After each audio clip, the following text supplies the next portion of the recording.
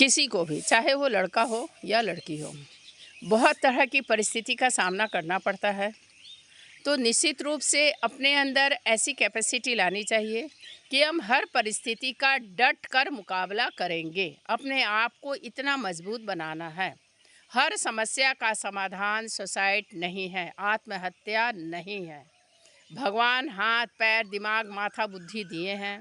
तो यदि कोई आत्महत्या करता है, आज मैं 63 वर्ष के आसपास की हूँ।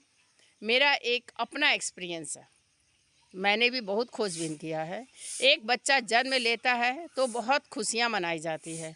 कोई बहुत दुखी परिवार में जन्म ले रहा है, किसी का हाथ नहीं है पैर नहीं है, या कोई जन्म लेते साथ मर गया, तो अब उसको जितने सेकंड के लिए इस धरती पर आना था, चलो ये तो सही है, लेकिन उसका जन्म हुआ और माँ या पिताजी किसी का देहांत हो गया।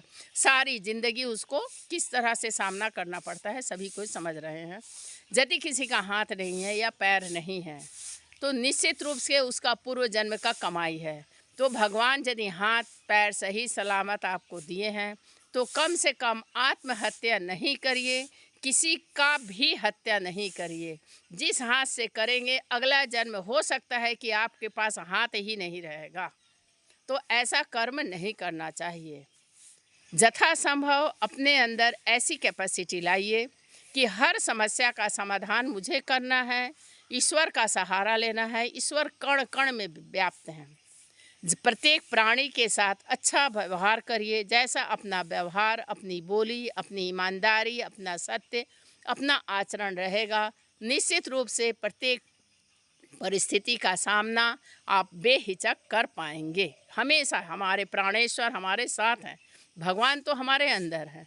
तो हम जैसे भगवान से कामना करते हैं तो हर व्यक्ति के साथ, हर प्राणी के साथ मेरे अंदर भी वैसी ही मनोभावना होनी चाहिए। निश्चित रूप से सहने की शक्ति बढ़ेगी ही।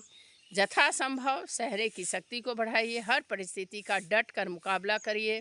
मौत तो एक ऐसा शब्द है, जब होना होगा ज़रूर होगा। यदि आपका कर्म बोली व्यवहार आचरण अच्छा है, निश्चित रूप से सुखी जीवन व्यतीत करते हुए, हंसते खेलते हुए, निश्चित रूप से अचानक ही मृत्यु होगी कि आपको किसी का सेवा नहीं करवाना पड़ेगा।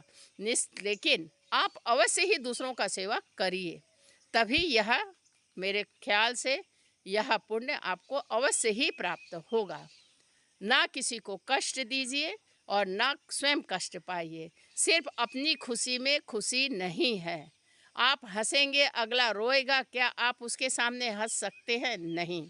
तो स्वयं भी खुश रहिए और अगले को भी खुश रखने की कोशिश करिए, अपना ध्यान रखते हुए। धन्यवाद।